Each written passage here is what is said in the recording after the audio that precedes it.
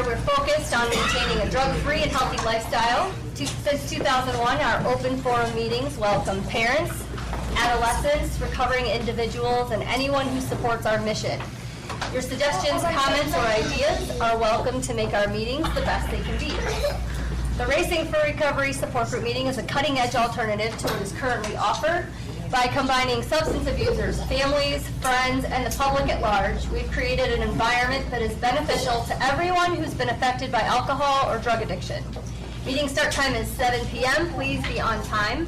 Please turn off cell phones or ringers to vibrate. And please refrain from posting on social media during the meeting to show respect and courtesy to yourself and others. Please only one person speak at a time, and please speak loudly so that everyone can hear you. Proof of attendance is gladly provided. Please turn in your paperwork prior to the meeting, and you can pick it up at the end of the meeting. Honesty is required. Feel free to openly share your comments and points of view on how alcohol and drug addiction has impacted your life. This meeting is open to people of all ages and welcomes diversity, so please refrain from using excessive foul language or language that discriminates against any race, gender, religion, ethnicity, sexual orientation, or disability to maintain an atmosphere of respect and dignity for all who are present. If you see a visitor, a new member, or a returning member you haven't seen in a while, please warmly welcome them to our program. Your confidentiality is important to us. What you say here stays here, will not be discussed outside of the meeting. Please refrain from leaving the meeting while it's in progress because it's disruptive to others. Smoking and vaping should be done away from all entrances, but we don't do any of that stuff here in this building anymore because we stopped smoking. And please dispense of all trash in a garbage can. Please don't litter on our premises. All right, awesome. Anybody new? Any new Racing for Recovery members? Awesome. All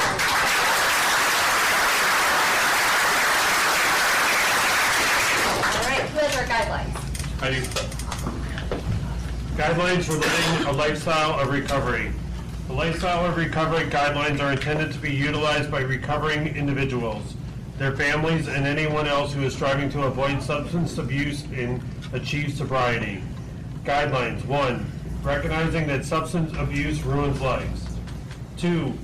Wanting to pursue positive alternatives to substance abuse, such as our education, employment, quality relationship, and health and fitness. 3. Using resources such as friends, family, teachers, and peers as a way to achieve and remain sober. Adding sports, art, or music to these resources will help to stay focused and motivated. 4. Defining balance and working toward making it a part of everyday life. 5. Building self-esteem and confidence through sobriety to combat negative feelings regarding oneself. 6. Understanding that negative behaviors of isolation and self-pity lead to self-destruction. 7. Lifting a person up to different than allowing them to continue their destructive lifestyle. Be there for yourself and be patient with your friends and family. 8. Learning how to help without supporting the addict's behavior. Providing assistance to recovering individuals that will improve their lives, not further their usage. 9. Recognizing personal challenges and integrity and integrating them into our lifestyles as challenges to triumph over. 10. Caring for our personal, emotional, physical, and spiritual individuality is a source we use for our sense of worth. Each person is truly magnificent.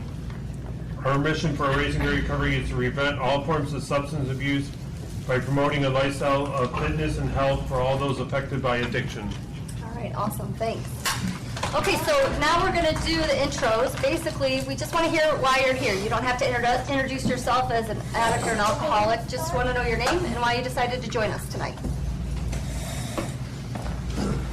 My name's Joe. I come here for a lot of reasons. Mostly I come here to remain teachable. This place teaches me that when you're patient, good things come, and when you keep making the right decisions and keep doing the right thing, you get more and more of the good stuff out of life. Hi, I'm Zach, and I'm here because I'm supposed to be. I'm Levi, and I'm here because I love the people here, and it feels like my family. And I'm proud of the man I am becoming on a daily basis because of what I've been taught and the opportunities that have been given to me here. My name's Ryan, and I'm just here tonight because I need to be here. Grace, I'm here with my son because we can't be here. Mike, I'm here to support Megan. Megan, I'm here to continue growing in my sobriety and to be around positive people. I'm AJ, I'm here to stay motivated towards my goals. I'm Mike. I come because I get a lot out of these meetings, and I just want to keep getting better. My name's Eric, and I keep coming back just to continue to learn and hopefully give back however I can. I'm Patrick, and I'm here because I choose to be, and I want to be, and to support Emily to the greater good. I'm Mike. I'm here because I'm grateful to Racing Recovery for all it offers us. Happy to be sober and having my life move in a positive direction. I'm Samantha, and I'm here to continue learning. Hi, I'm Tim. I'm here because this place works for me. I'm Adam. I'm here to listen and learn. I'm Gary. It's my first meeting here. I've been doing a different program for many years, and it hasn't worked the way I thought, so I'm just seeing what else is out there.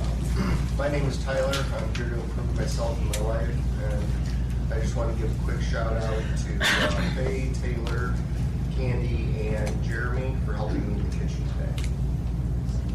My name is James. I'm here for growth. I'm Allie, and I'm here for guidance. I'm Jessica, and I'm here because this place works. I'm Tony. I'm here to remain teachable. Heather, and I'm here to stay consistent. I'm Troy. I'm here because I want what a lot of you guys have.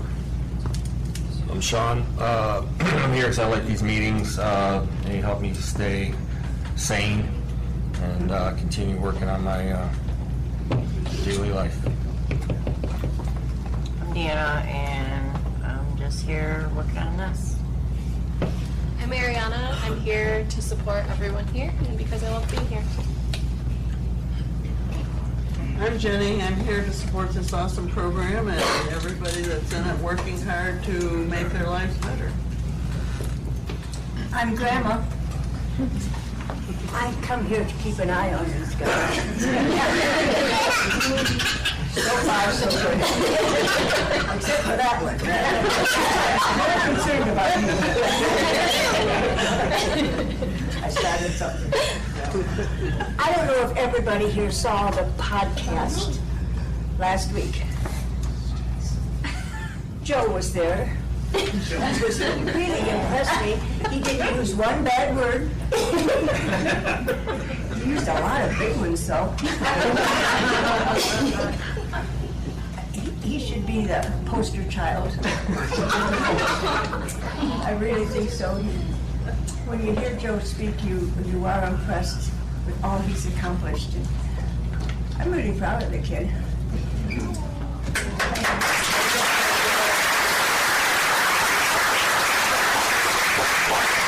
Already is. I'm Kristen, and I'm here tonight for positivity. I'm Christy, and I'm here for support and to learn balance. I'm Larry. I'm here because this is actually probably my favorite meeting, and I get to see a lot of people I get to see once a week, and that right there is a lot of fun, blast, a lot of good people here, big turnout. Since I'm admin, everybody, this is Jan. And Jan is here to support myself and everybody else in this room. My name is Jalen, and I'm here because this is what's working for me. Dan here to listen. I'm Bob. I'm here to listen. I'm David. This lifestyle is changing my life every day, even though I'm still a grumpy old man. I'm Alyssa. I'm here to better myself. I'm Kira. I'm here to listen. I'm Brittany. I'm here to work on changing my life. I'm drummer Dave. I'm to hear the stories of hope and listen and learn. I'm Candy, and I'm here to live my best life. I'm Hassan. I'm here to learn and support. I'm Crow. I'm here to learn about that. Jeremy, here to try to do something better in my life. I'm Jeff. I like different premises and different programs. I'm Justin. I'm here to build a support network. I'm Zach. I'm here to stay sober. I'm Amy. I'm here to support my son's Zach, and to learn. I'm Randy, I'm here to honor and commemorate my daughter and to give support.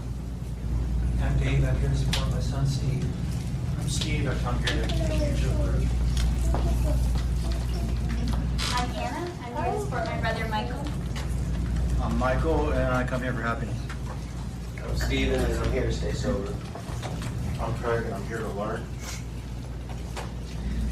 I'm Jim, I'm here to support my son Jameson and to learn.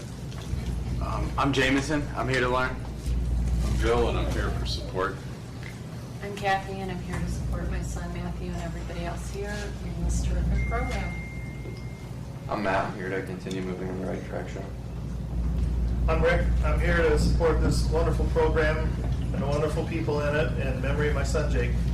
Hi, I'm Mike. I'm here because I value my life today. I'm Rachel, and something Dan would say, I'm here because Racing for Recovery does it right. I'm Christian. I'm here for the positive energy. My name's Chris, and I come for peer support and positivity. I'm Sarah, and I'm here because I'm grateful for this place. I'm Brittany, I'm here to slow down. I'm Candace, and I'm here for positivity and support. I'm Denise, and I'm here because I love my son. I'm Kevin, and I hope and pray that my boy will be here someday, and I'm sure happy it's Thursday. I'm Austin. I'm here to learn. I'm here for the support. I am Diane. I am a mother of a recovering, very proud mother of an addict, but she's doing so fantastic. My name's John, and I'm here just because. I'm gonna come back over back here. I'm Teresa, and I'm here for strength and positivity. My name is Tracy, and I'm here because I really want to stay clean and sober, and I can't do it by myself. My name's Dalton. Just starting my recovery, so I'm trying to get all the information and everything I can do right now. So. My name's Bill. I'm here to support my son Joe and everybody in this program, and I'm just glad I'm here. My name's Julie. I'm here to support my son Joe and everybody else in the program, and I'm just very grateful for this program. I'm Randy, and I'm here to listen and learn. I'm Jeff. I'm here to become a good grandma's boy like Joe over there is. My name's Tom. I come here to continue to learn. My name's Mike. I'm here because with sobriety, anything is possible. I'm Bree, and I am here to continue working on myself. I'm Riley. I'm here to continue getting guidance and to help stay on a sober path. I'm Robert, Riley's dad. I'm here to support. I'm Erica, and I'm here to support my husband Kevin. Kevin, I'm here to listen, learn, and grow in the life of sobriety. I'm Diane, Jordan's mom. I'm here to spend an hour with him and all these great people, and try not to embarrass anybody tonight.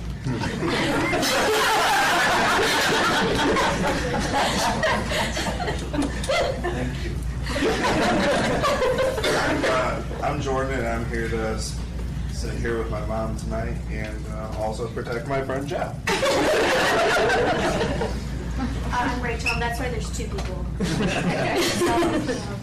I'm here because I love hearing Grandma talk and seeing him turn his red cherries.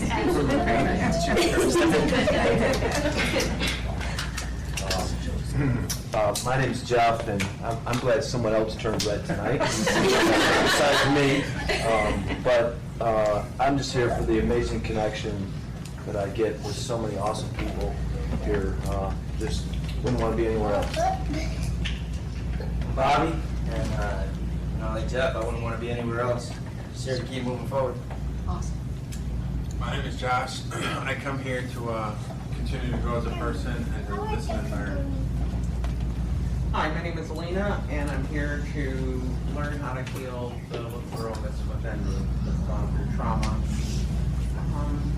And learn how to not use drugs or alcohol because of the pain. I'm Taylor. I'm here for a new healthy lifestyle. I'm Dylan, here to stay sober. I'm Jacob. I'm here to break the cycle. I'm Brittany. I'm here to give and receive support. Okay, I'm Roberta. I'm here to support my daughter Rhea in her absence. I got a letter from her, and she asked me not to give up on her. And I want you to know that I have seen and felt the love of Racing for Recovery.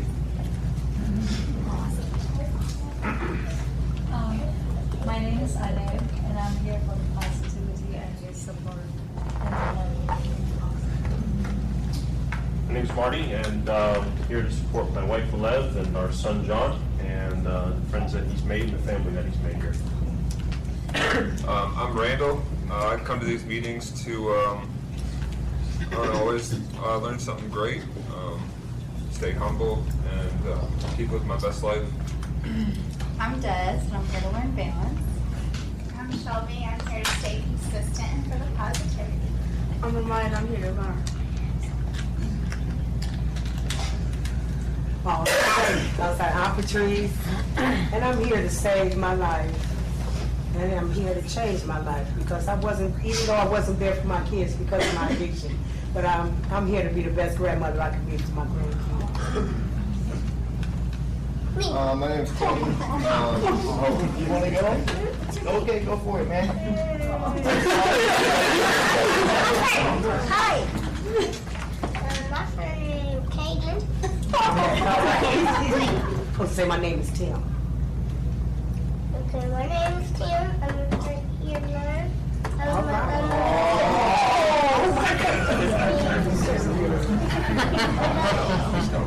Oh, shit, I love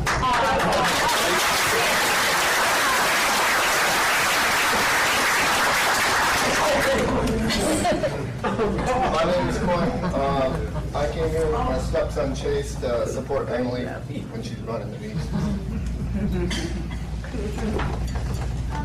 My name is Trace, and I'm here to see my mom be a substitute for Todd.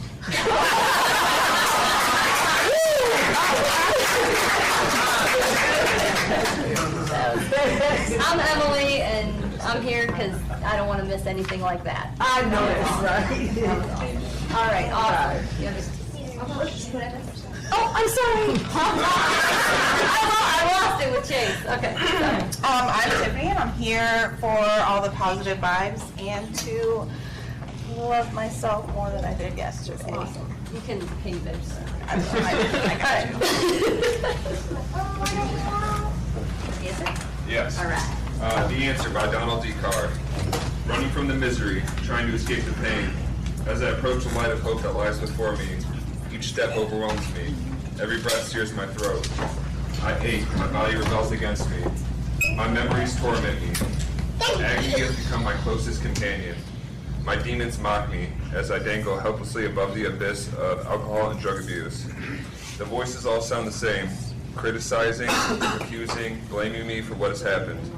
They don't understand. They don't care who I am. I'm a human being full of thoughts and feelings.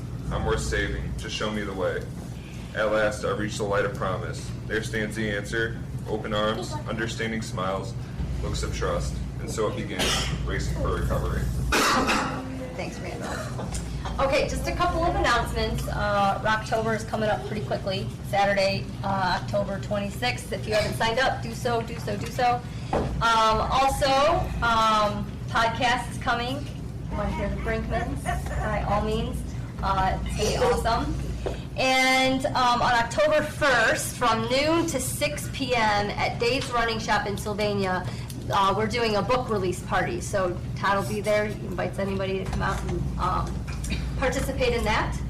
And any other announcements that I think that pretty much covers it.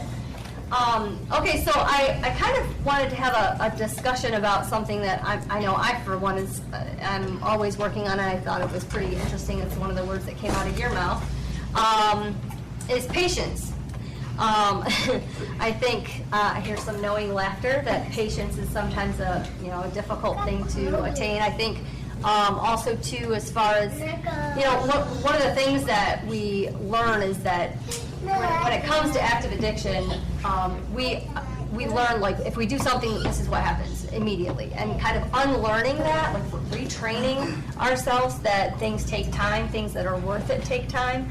and the need to really practice patience and develop it can be really difficult. And I think that word patience is just interwoven, and there's more than one way to get to Cleveland, and it's even built in a few of the lifestyles as well. So I thought maybe we could have a chat about patience and how we have been able to kind of harness it and put it to work. Maybe if it's something we're struggling with, maybe we have some thoughts on how to improve it. So yeah, how about patience tonight?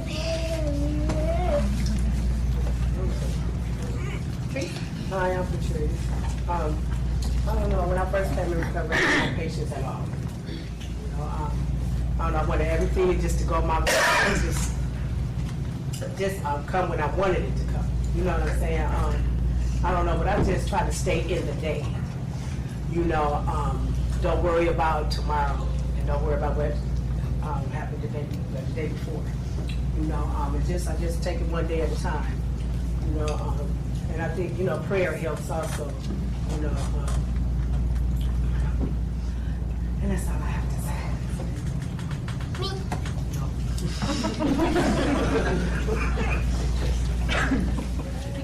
AJ.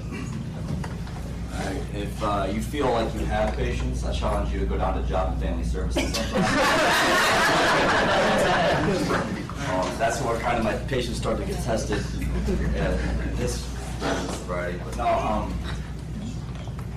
I've had to learn patience with myself in the past few months. I always feel like there's more I can do, you know, to better my life or self-betterment, you know. And a way that I've been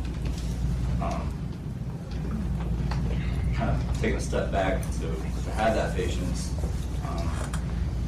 is just be appreciating what I've done so far, you know, little things like that. Awesome. Without family service sucks.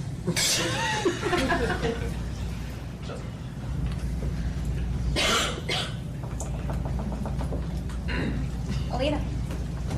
Hi, Alina. You know, it's amazing, Emily, that you brought that topic up. I had my one-on-one today, and I was telling my counselor, you know, I got a new roommate and all of that, and all of us here know that when you get someone new, you know, in your room, you never know how it's going to, you know, work out. You know, as far as compatibility and all that stuff. So we were talking, and I chose to look at it as, I wonder what God is getting ready to teach me through Taylor. And I said to her, to my counselor, I said, maybe it's patience and tolerance. Because I can be a real perfectionist and real OCD. And maybe I'm just going to learn maybe Taylor is going to teach me how to do that. And Noah on the weekends. So maybe God is just going to stretch me a little bit in those areas. So again, and that's a change right there, that I'm looking at something positive rather than negatively. It's like, okay, what can I learn out of this? You know, just because she's in her 20s and I'm in my 50s doesn't mean that she can't teach me something. So, you know, I'm just a believer that God, my God, puts people and situations in my life as a learning, like I'm in school, you know, because it's all going to work for my good, you know, in the end. And I just have to, you know, change my perception on things, you know, and I just rather look at it positively, you know, than negative. So I can be teachable today at my age from someone younger. And I'm saying that with a smile because I'm learning, you know. I'm learning that I don't know everything. If I knew everything, I wouldn't be sitting here. So I just need to remain open-minded, willing, and honest, and humble, you know. So I'm glad to have you, Taylor. And it's going to be a great adventure. And with that, I'll pass. Awesome. Thanks, Sean? Man, what a word. I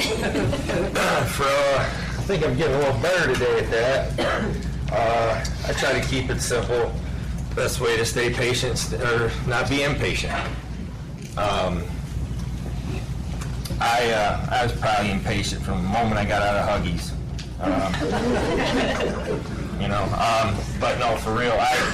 Today, the patience is a very, very a hard skill to start to try to conquer. I don't think I'll ever conquer it. I can give everything to God, understand that He can take it. I can take it right back real quick, But I'm getting better at it today when it regards to different things because my mind's slowing down. I always say whatever I'm thinking, unthink it. I do that daily. So if I start thinking something, I try to unthink because I know my old habits of thinking. And that's going to be a long journey to continue to keep working on, When it comes to certain situations, if it's, well, let me put it this way. When growing up and even in my using and things like that and drinking and all that stuff, whenever I had to do something I did not want to do, I was very patient. When I had to do something I didn't want, or what I want, like say for example, I'm in a situation that I wanted to control, I'm very impatient because I want it now. And I'm going to get it. Well, in one way or another, I'm going to figure it out. And it didn't go very well, obviously. So I try to stay out of my own way. And I know that's, when I say that, some people will think, well, how do you do that? Well, I don't even know how to do it yet. I'm still working on it. But I just try not to, I have to understand that it's everything I've done in my life, nothing worked out. Jobs, certain things, because I was thinking that I knew the right decision to do. And then the action I put behind that, it would go bad because I didn't put the right action behind it because I didn't know, but I would jump on it. So today, it's like I'm getting better at being patient because I don't jump on something right away. And the real weird thing right now in this last year has been, now that my mind's slowing down, people around me, I can see how fast they're moving. And it starts to make me a little impatient because it starts to bother me because of the point that it's like, wait a minute, man, slow down. And I've had people tell me that my whole life. Slow down, now I'm seeing it, and that's a real hard tool to start, working. I work on it daily, so, it's, I think the longer of the sobriety and start getting serenity and I'm not so much insane as I've always been, getting a little better at that one. I'm starting to be patient with a lot of things. And then last thing I'll share is that I was talking to Dano about this today, I don't put my hand in nothing no more. So like if I'm trying to do something, I'll sit back instead of actually putting a lot of action at it, because all of these good things that are happening to me today are just falling in my lap. I'm not even putting a hand in it. And that is something I've never done, and grateful and blessed today for that. Thanks. So kind of going off of what Sean said, I think what's kind of unique about sobriety and working this program is we got to unlearn a lot of things as well as learn things. So when we talk about patience, I think that's one of the things that you have to unlearn, because in the using life, man, I wanted instant gratification. I wanted to go to work at a place and then I wanted to run the damn place. So patience in terms of our life was that, I wanted instant gratification for everything that I did, whether it was using, whether it was working, whether it was spending money, whether it was go. So I think Sean kind of hit on it. One of the things we have to do is we have to unlearn all that stuff, right? And we have to replace it with different skills and different abilities to be able to recover. So, and part of that is just sitting back, just not being instant gratification wise. Just sit back and let things happen. you know, have a routine, do things that you should do every day, and things start to come back to you.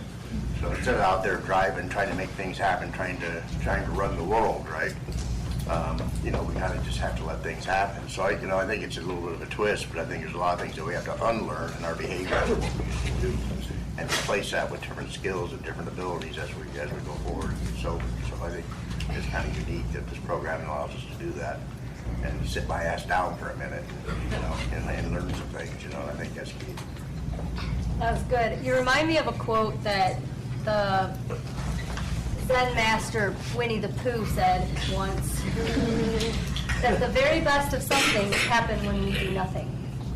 Just kind of sit back and let things happen. That's good. Oh, coffee. Yes. Sorry. Yeah, so when you mentioned patience, I thought of just like being stuck in traffic or like being really hungry, waiting for pizza to cook, stuff like that. And I was like, I can go a little deeper, you know. And so I started thinking about like, you know, like when I get urges to use, and when I'm just like feeling really down, things aren't going my way. And I started kind of thinking about like, well, what do I do when I get like that, you know? And I feel like my first maybe like 3 or 4 months were pretty easy, actually. You know, I had like a lot of kind of like care and restrictions and stuff on me, and it helped just to really simplify things in my life, which was good for that moment and stuff. And then I kind of started branching out a little bit. I started working, and my son, and just some other things were changing in my life. And I had more patience. Like, I didn't really have time to mess around with that, you know, because I just think it's so important and so critical for someone that has, for a long time, had that quick fix, you know, ignored patience for the most part. And making that change, I'm so glad like I took my time and did it gradually, because I just would have rushed back like I've done before, you know, a month clean and back to full-time working and just, you know, trying to run around. And it's just, I'm just so thankful that I've learned some things here that slowed me down, and had some people kind of be like, hey, let's just a couple days a week, we'll start you with that and see how you do. And just, yeah, so like it's been a learning process, and it's been a big thing in my life is having patience. And so I'm really happy where I'm at right now. Still have some rough times, still some thoughts here and there, but I'm coming to peace with that kind of, and just what am I going to do about it, you know? And I utilize people a lot, and that gets me through. So that's all I got. Okay, bye. This is interesting you bring that up, you know, because one thing I always remember my mom saying, and I'm sure a lot of people's parents have said that, is patience is a virtue. And that, Zach's known me since I was like, we were like 10 or whatever, and anybody that knows me knows I am insanely, extremely impatient.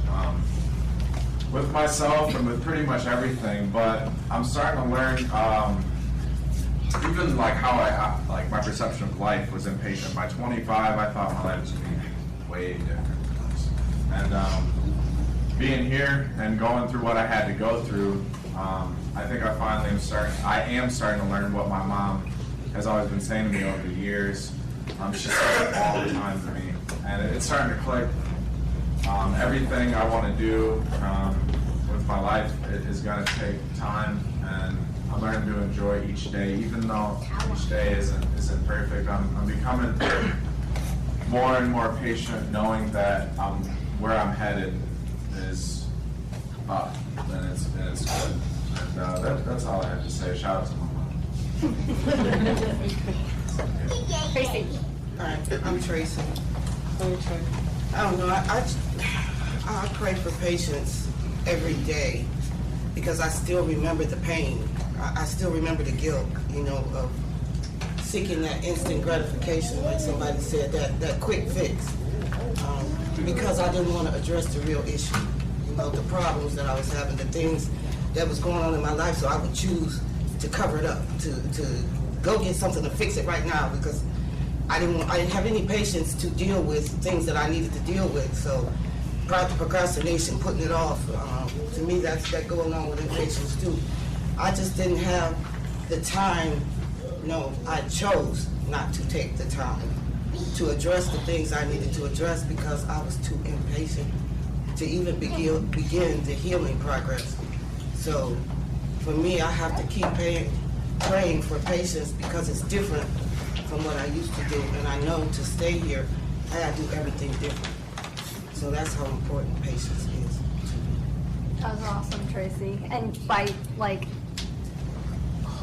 holding on and harnessing that ownership and accountability, that's one thing that I learned from day one after reading just the very first chapter of Cleveland is when we take accountability and take credit for the not so good things we were doing, that means we get to take credit for all the good stuff coming too. So own and embrace every bit of it. That's awesome.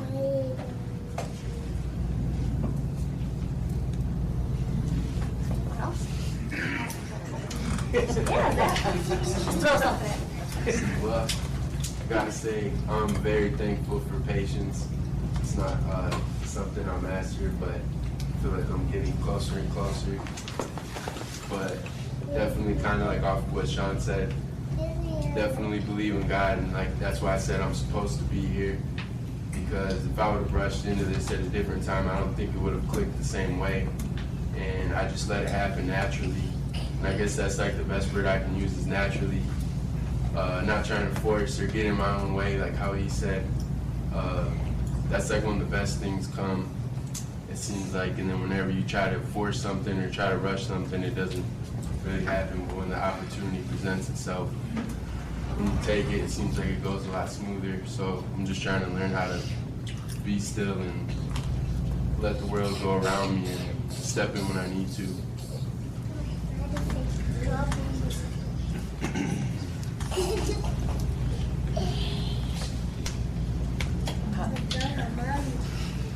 Eric. When I first found out about this lifestyle and became part of it was what I was pretty much able to be patient with anybody but me. And I always thought that,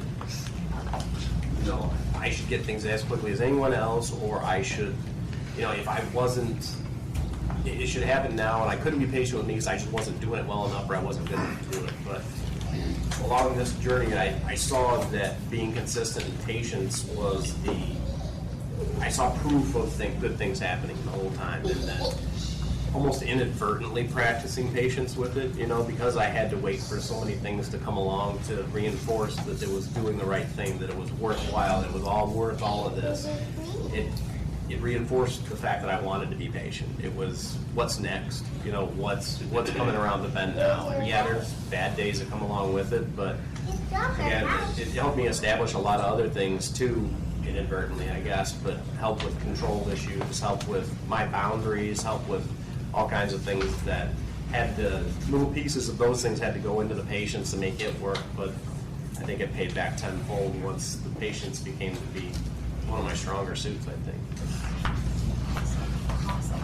I'm reminded of, again, yet another quote, but it's true. I think that patience is more a process of learning what's worth your time. And I feel like you kind of hit that on the head. It's awesome. AJ? Another thing that makes me impatient around this town is construction. I was actually sitting here thinking about why I get so impatient in general. And I think a big part for me is at one point I was either starting to get to or really close to being where I wanted to be in life, and then throwing it all away the way I did.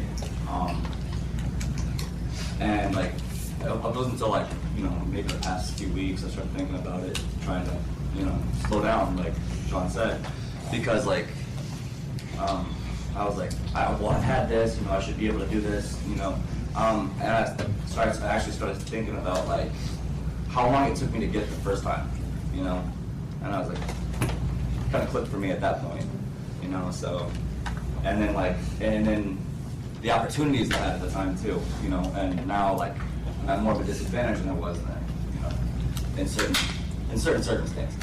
So, you know, that's just a good reminder for me to practice better, I guess.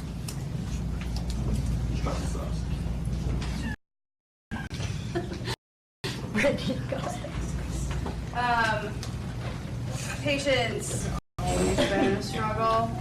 And one of the things that I've learned in my sobriety is having patience with others. Not even that, like, yeah, I need patience with myself, but I think I do better at that than I do patience with other people. You know,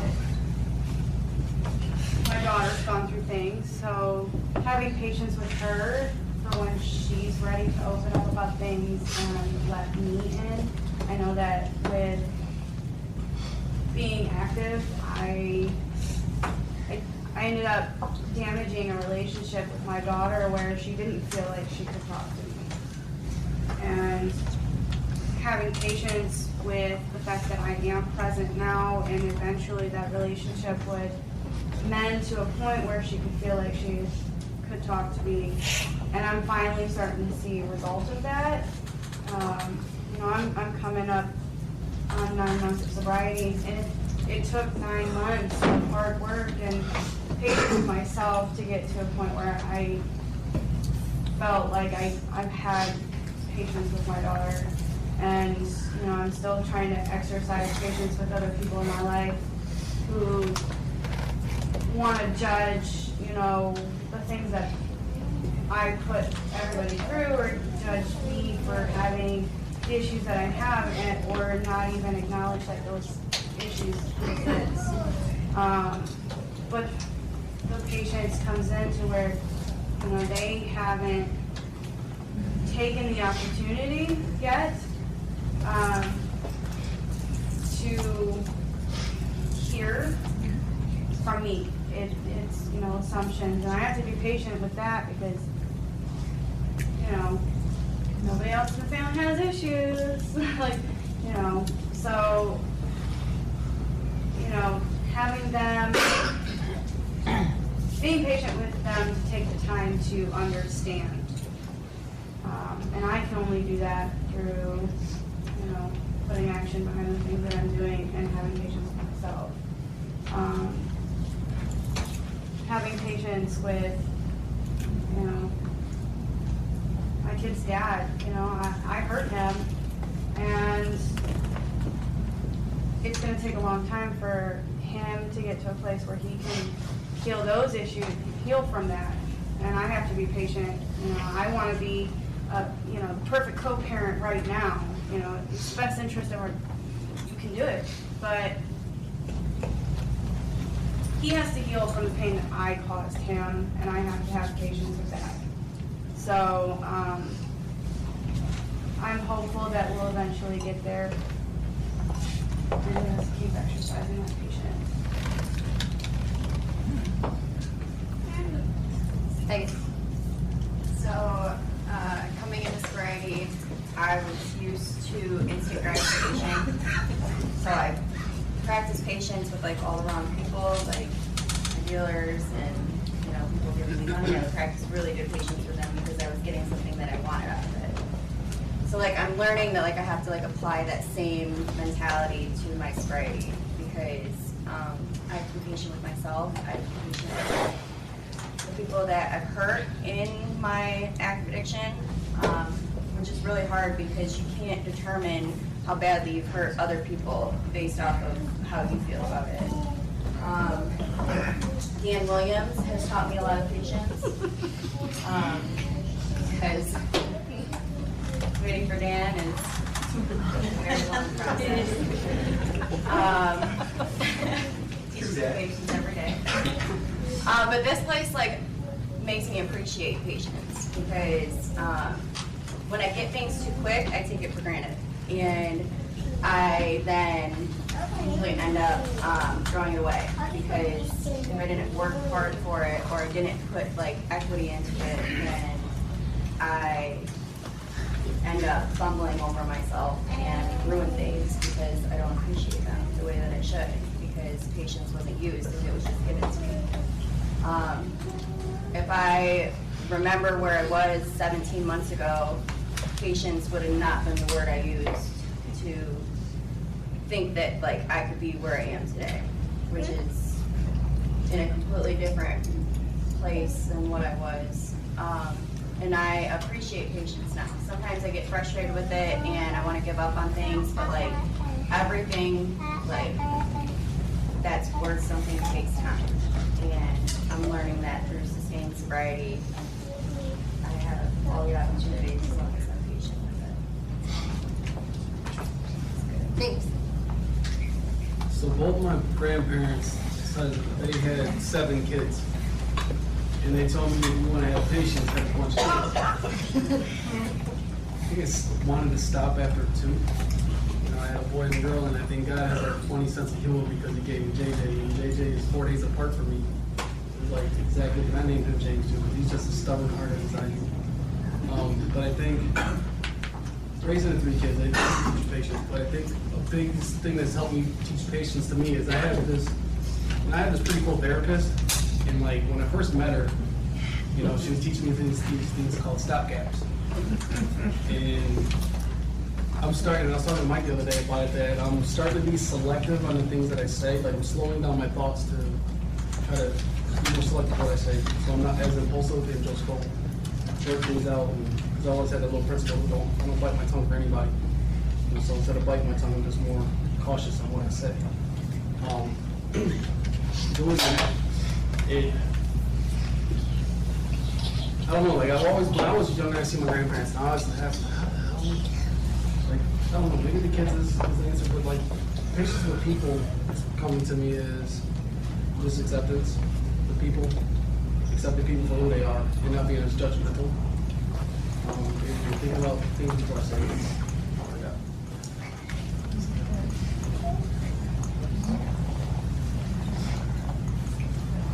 Yeah, that's good. I think, yeah, having patience with people, because I know sometimes I think people have their own perceptions based on their own experiences, their own beliefs, the way they were raised, and to have the same expectations in a situation as another person with completely different experiences, completely different perceptions, completely different beliefs. I heard once that when you have 2 people talking, that there's really 4 people. There's what I think of you, there's what you think of me, there's what I think of me, and there's what you think of you. Welcome conflict. And so, yeah, I mean, when it comes to patience with people, it's really important, but that acceptance thing is huge. I'm curious about, if we don't have another name on the list, maybe one, if any family members have any thoughts about patience and how, I mean, I think about the lifestyle that talks about be there for yourself and have patience for your friends and family, and understanding that we know it's going to take time for you to trust us again and genuinely want to trust us, but I just wondered if there was any feedback from the family members that are here supporting as well. Before that, Sean? Was it you? I just had something real quick, because I wanted to say it, but I totally forgot. I have mind blank. So, and I just wanted to share this, because there might be one person in this room that can, maybe it'll sink, just on my experience that happened to me. Today, what I try to really do, I know I always mention about staying uncomfortable. That's a practice for my patients, because, you know, I can go to the gym, I can work out, I'm working out the body, right? It's a muscle, I'm working it out, right, every day. Now I got to feed the mind, so I have to practice exercising the mind. So what I do is I'll put myself in positions of things that I don't like doing, and sometimes, but that I know makes me impatient, and I practice them. You know, like standing in a self-checkout for 30 minutes at Walmart once a week. That drives me nuts, but it helps me start to become patient, because I know that, you know, I'm not doing it for me, you know, so I'm getting out of myself with that, and The other thing, like I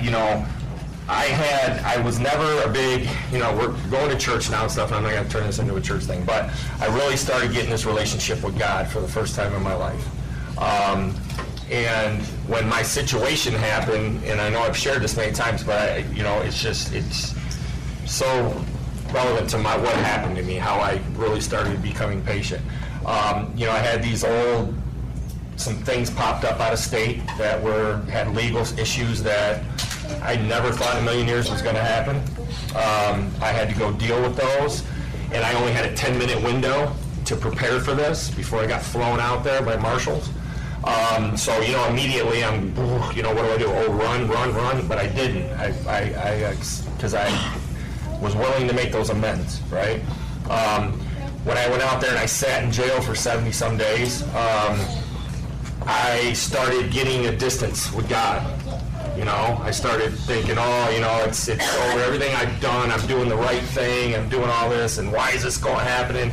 And here I am calling back, trying to manipulate the situation. Do this, do that. You can get me, and nothing was working. So I had to really sit back and be patient and just trust in God. And then I remember sitting there and a gentleman saying to me, he says, man, if you seriously think you found a distance, you and God have this distance, you're separated, ask yourself who moved. And then it really sunk in that, here I am, I pulled away, right? So once I started trying to get back spiritually and trusting in that I'm not in control of nothing no more. And it's really hit home today because I cannot control nothing anymore. Whatever happens is going to happen. And I have to trust in good or bad. I got to accept it. And it's a scary thing, but at the same time, it helps me today. Because, if I don't believe that God's my power or anything like that, well, the Department of Corrections can be my power. Different things can take over that, and it takes my will, and that was basically God saying, I'm going to slow your butt down. Even though you think you're doing the right thing, and you are, you're trying to handle something on your time, and now I'm going to handle it on my time. And that really sunk in. And then I was willing to accept it, deal with it, and things are just working out today because of that. So, thought I'd share that.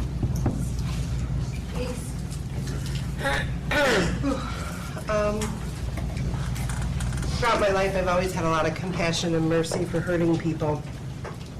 But when things started with our son, and I've shared before that I was the angry mom, and it took me time, and it took me sitting here for over a year to really impart patience with my son and with myself. But we had something occurred this week, and delicate situation. There was somebody in the family who imparted judgment and made a decision and sent us a text about our son, and it hurt. And I was angry, and I told Kevin I wanted to throat punch him, which is not usual for me. So he settled me down on that. And I've been running around with this anger and this where's your compassion and where's your mercy? And here tonight, and you talk about patience, and I think, I have to have patience with them too. They're not educating themselves the way we are. I can take a look at what they do for a living and think they should have better sense and better judgment.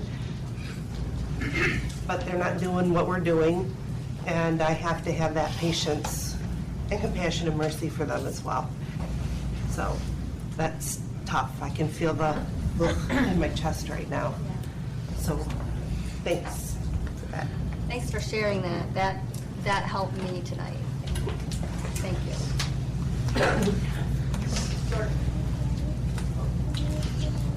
I thought maybe you guys wouldn't need me. Patience was a really big one for me in the beginning. That was probably one of the hardest things. Like a lot of people say, I didn't want stuff now, I want it right now. And I expected all these things that just happened in the first month. I was like, I my mom was gonna buy me a car, and I was gonna like just live at her house and not have a job, and like all these things were just gonna happen right now. It was great, and I wasn't patient in the beginning, but she was patient with me, and I see that all of my friends practice patience when they are around me. So that is why it is important for me to practice patience a lot, because I know that I live in a house with somebody who is a little bit older than me and somebody who's a little bit younger than me, and that also teaches me patience for sure, especially living with a 24-year-old.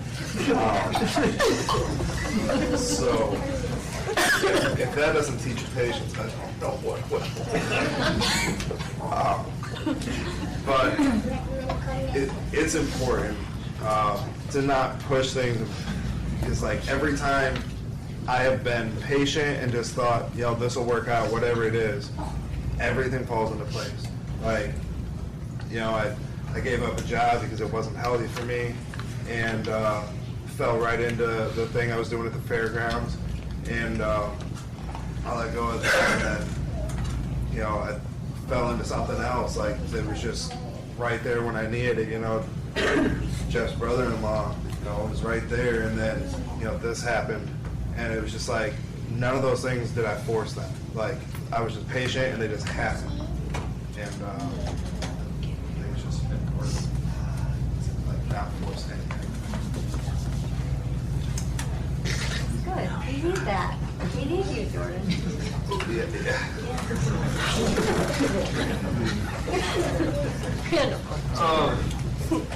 I don't know, when I think of patience, I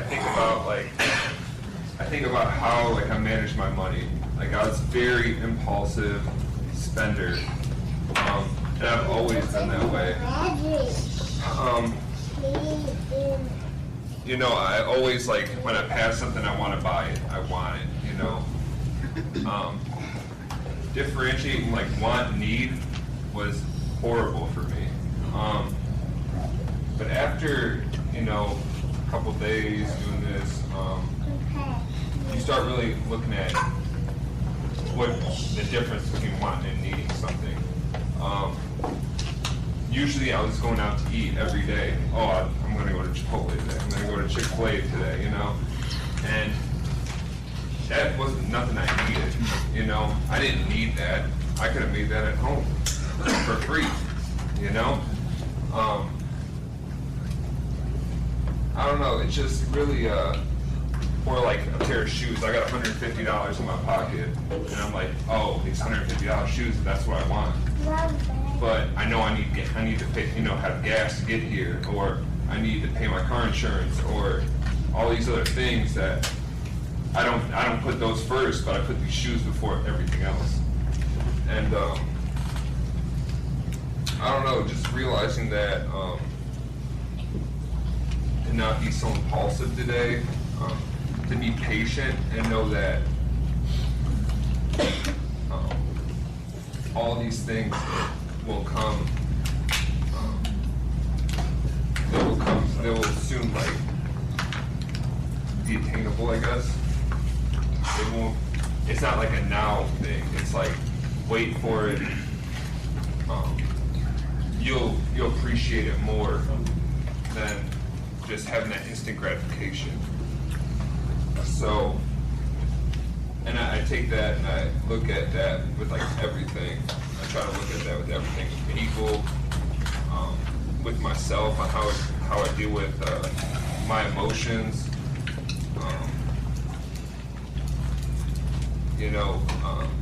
Just in all aspects. And I think it, I start thinking about what Todd used to say, oh, it's not about the destination, it's about the journey. It's about the journey and how you got to that destination. And he was, when I think about that, he was right. And I still do that on a daily basis. So that's all I really just want to say. I love that. That's good. when I think about patients, and I know, we know Todd Crandall, and I know sometimes, you know, he's a big, you know, enthusiastic, like, yeah, now, right? I know in Running with Demons, just the whole concept of like this patience that he had during that arduous 3-day race, and how meaningful that is to sobriety. And